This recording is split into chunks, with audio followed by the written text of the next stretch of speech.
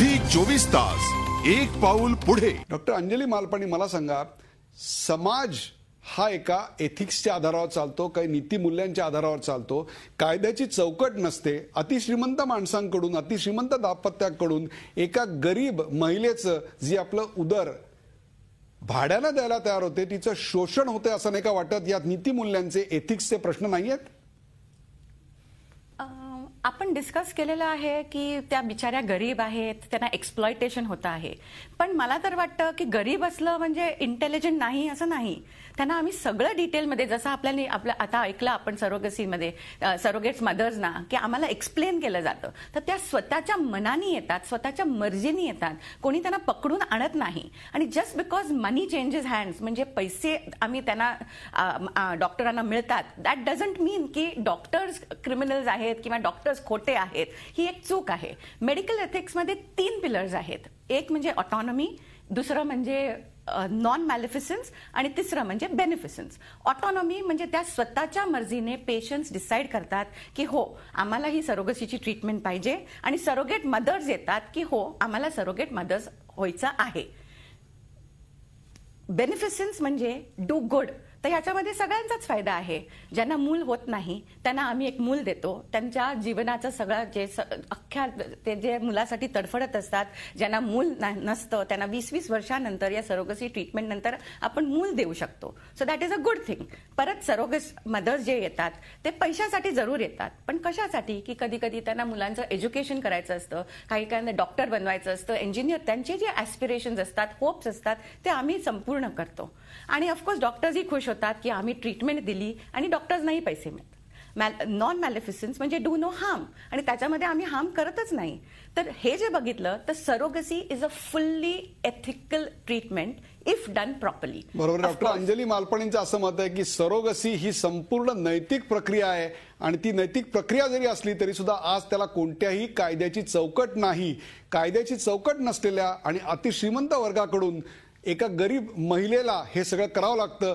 कुठेही एका गरीब दाम्पत्याला श्रीमंत महिलेचं उदर भाड्याने मिळालेलं आहे, अशा प्रकारचे किती केसेस असतील महाराष्ट्रात, भारतात, मला माहिती नाही। आणि म्हणूनच समाज अशा गोष्टींकडे कसं पाहतो आणि कसं पाहिलं पाहिजे हा प्रश्न घेऊन मी जाणार आहे राजश्री माने यांच्याकडे। डॉक्टर राजश्री माने, मला तुम्ही सांगा, आज समाज या गोष्टीकडे कसं पाहतोय आणि कसं पाहिलं पाहिजे? नाही, तसं म्हटलं तरी एकंदरीतच IVF ट्रीटमेंटकडे समाजाचा दृष्टिकोन हा थोडासा वेगळाच आहे।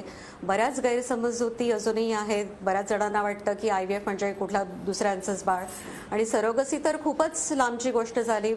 बहुतेक दाम्पत्य आम्हाला सांगतात की नाही पण माझ्या सासूला सांगू नका, माझ्या घरच्यांना सांगू नका, आणि काही जणी तर मग असं बाहेर जातात 9 महिने की लोकांना कळू नये की आपण सरोगेट मदर घेतली आहे। तर बऱ्याच मानसिक अडचणी त्यांना येतात। पण आपण एक विचार केला पाहिजे की या स्त्रियांसाठी दुसरा कुठला ऑप्शनच नसतो बाळ स्वतःचं असण्याचं, आणि त्यामुळे हा कुठेतरी ॲक्सेप्ट केला पाहिजे समाजाने की एक व्यवस्थितरित्या व्यवस्थित पद्धतीने ही ट्रीटमेंट केली जाते। एक हसतं खेळतं बाळ आलं, त्यांचं आयुष्य पुढे सरकतं। सरोगेट मदर ज्या असतात त्यांनाही पैसे मिळतात, त्यांच्या मुलांचं आयुष्य पुढे जातं। आणि अर्थात IVF स्पेशलिस्टला आपण पण काहीतरी एक चांगलं काम केलंय, अजून एक केस आपल्या हातातनं चांगल्या प्रकारे पार पडली याचा आनंद होतो। तर मला वाटतं समाजाचा दृष्टिकोन बदलला पाहिजे, या बाबतीत ॲक्सेप्ट केलं पाहिजे। समाजानं सरोगसी ॲक्सेप्ट केली पाहिजे असं आपल्याकडे डॉक्टर अंजली मालपाणी म्हणतात आणि डॉक्टर राजश्री मानेही म्हणतात।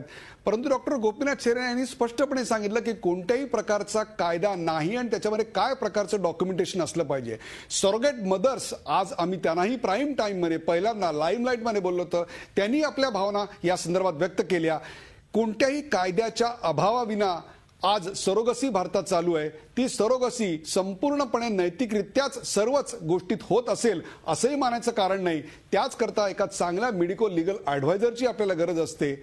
तरीही असं म्हणावंसं वाटतं, सरोगसीवर बोलू काही असं म्हणताना सुद्धा तो दिवस खऱ्या अर्थानं सुदीर असेल की जेव्हा एका गरीब मूल न होणाऱ्या दाम्पत्याला एका श्रीमंत सरोगेट मदरचं उदर भाड्याने मिळेल आणि त्यांचं गरीब मूल त्या श्रीमंत मातेच्या पोटीही येऊ शकेल इतकी ही ट्रीटमेंट सर्वसामान्य माणसालाही अफोर्डेबल होईल आणि या सगळ्याकडे समाज अतिशय चांगल्या दृष्टीनं पाहिल याच करता आजचा हा कार्यक्रम केला होता। या कार्यक्रमात सहभागी झाल्याबद्दल doctor Gopinath Shenoy, doctor Anjali Malpani, doctor Rajashree Mane आणि ज्या सरोगेट मदर्स विशेषतः त्यांचे मी आभार मानतो की त्यांनी ते धैर्य दाखवलं, समाजासमोर येऊन त्या जे करत आहेत ते अनैतिक कोणत्याही प्रकारचं कृत्य नाही, ते नैतिक आहे आणि ती समाजाची गरज आहे, त्यात त्यांची कोणत्याही प्रकारची फसवणूक झालेली नाही।